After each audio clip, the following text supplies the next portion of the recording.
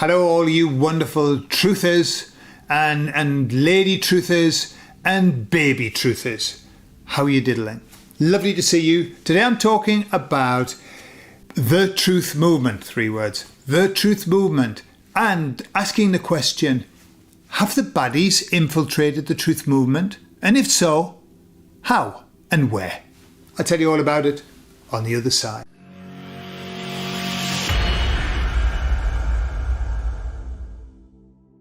So let's go back a few years, lots of years now. Can you believe 5 years ago since the pandemic?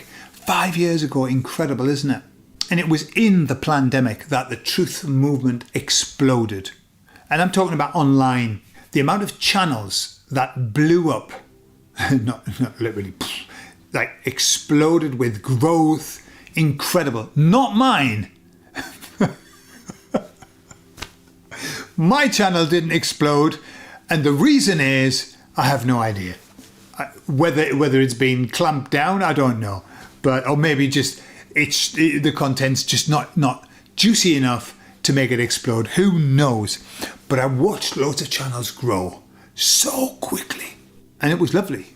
I thoroughly enjoyed it because we needed as much help as we could, didn't we? We needed as much information. And can you remember there were like loads of people who were channeling and doing all kinds of divination and all of that, and giving us dates of when stuff was going to happen and this, and don't worry because the white hats are in charge and everything's going to be okay. And it went on and on and on. And then we had channels that were just there to put the fear of God into us and make us scared and everything. But they were also interesting because they give you a bit of tidbits. And then we had the intel channels that would tell us stuff about what was going to happen. I can remember, who was the guy? It was like, there was a guy, Charlie Ward, and then there was this other guy, like English guy, who used to sit in the messiest room ever. And you had a cat that would come in and he would talk. But he would talk about, he knew everything, about everything. I can't remember his name now, but he was like always in this room that, look, I used to think, I want to go in and tidy your room up, mate. Tidy your room up. People will take you more seriously. You know, you can't be the intel expert and have shit everywhere. It's a bit like Jordan Peterson, isn't he, when he wrote the book, about the first thing you should do is tidy your room up, boys. And then he does these videos and he's sitting in this room that's like a shit tip. It's like Steptoe and Sons back room. Anyway, so Nigel? No, I can't remember his name now. Simon, not Simon Cowell. Simon something else.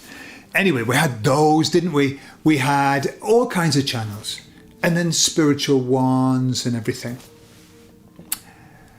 And then all the shine wore off them, didn't they? When all of the promises that they made didn't come true. Or at least at that moment, at least when they were promising them. Yeah. And that's interesting, isn't it? Since I've channeled the emissaries, they will never give me a date. Never. And they'll never get into that nitty gritty. And thank God, because I would have looked like a twat. Yeah. Because many people did. Many people looked like a twat, giving information that wasn't true. And, we called it hopium. Can you remember that word? We don't hear it now. Hopium. Giving people hope. And I always thought, absolutely giving people hope. And I'll tell you about why I mentioned that, because the emissaries mentioned it as well. Because they were saying it's one thing to give people hope, and it's quite another thing to give them hope, a false hope, that is patently false, because it comes, like, don't worry about it. This is going to happen by next Wednesday, or June or July or Red October or just all the months. Every month of the year had a name to it. Red October, Mad December, and only because they were saying, well, it's going to happen then. It's going to happen then. It's going to happen then. And then it didn't happen. And we were all deflated and all sad and down. Yeah. So why am I mentioning all of this? Well, the other day I watched a famous card reader Okay? She was being interviewed. And I watched it. I watched like 10 minutes or something. And I thought, holy cow. They're still talking about the same things. The EBS. You know, when is the EBS? And even with dates given for when the EBS is, and I thought, hang on a minute, I think I've heard like 50,000 million, trillion, zillion, I'm using a Joe Biden number there, of times I've heard that the EBS was going to happen, you know, in these days of darkness and all of that. And I thought, are they still talking about that? Are they still talking about that? It isn't that it's not going to happen. I'm not saying that. I don't know. I've got no idea. But my advice would be, don't talk about it anymore. Just because of credibility. Like, really, I don't know whether it's attracting newbies. I don't know whether the newbies are still going, oh, yeah. You know, but I think for the vast majority of us, like, you know, come on. Stop. You know, you're wringing that one out a bit, you know, getting the last drops out of that. I don't know. It seemed like going back into the past. And I don't think for a moment that the person I was watching has anything to do with darkness or anything. I think they've done a sterling job of keeping people upbeat. Tremendous. I think all of them have. I really don't think that many of the people who were in the truth movement, are bad. Really not. Do I think that some people have used it as a way of getting themselves financially secure? Yeah. Is that a bad thing? The jury's out. Depends. Have they helped people along the way? Yes. So, for me, super duper. But I asked the emissaries, I said, look, you know, has the truth movement been infiltrated by the baddies? And they said, oh, of course.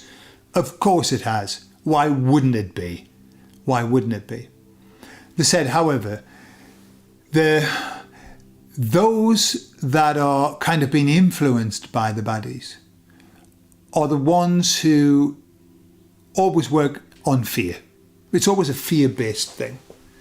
You know, if my suspicions are right, that's the whole point of this.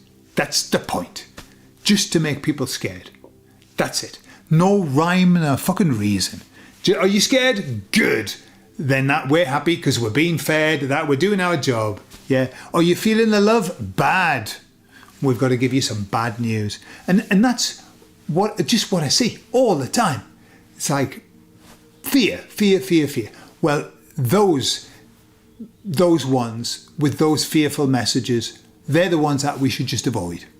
But they're very few and far between. In fact, I would say virtually non-existent now, only because all of us, if I look at all the people who are in Peaceful Rebellion, by the way, the link's in the video information if you want to join the group.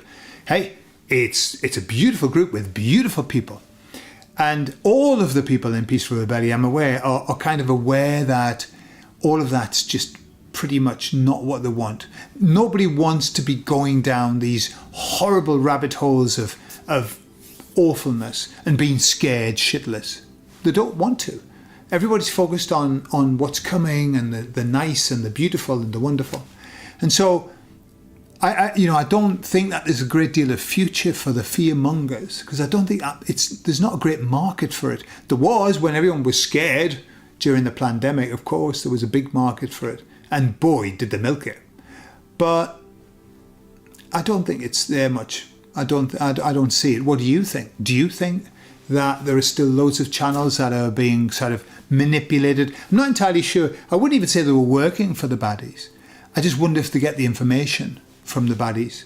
You know, the baddies are great at giving, I think many times giving information that makes people look foolish, that makes us look foolish, giving information that makes us scared.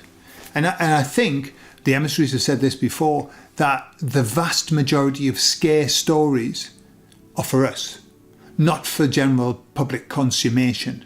For us, because we are the ones that are causing the problems, not the sleeping people. It's our energy, it's our frequency, it's our vibration that's causing them problems. And so they must work to get us fearful. because then, you know, we like a little candle that's been put out. Yeah. So we've got to keep our light shining bright. If you like, you know, if you like talking about, you know, NESARA and GESARA, the EBS and all of that, fantastic. And if that's done now and you've gone past that, fantastic. Wherever you are in your journey, fantastic. And so there you are. That's the end of that. Got nothing more to say on that matter until later. I love you all and I'll speak to you all later. Bye-bye.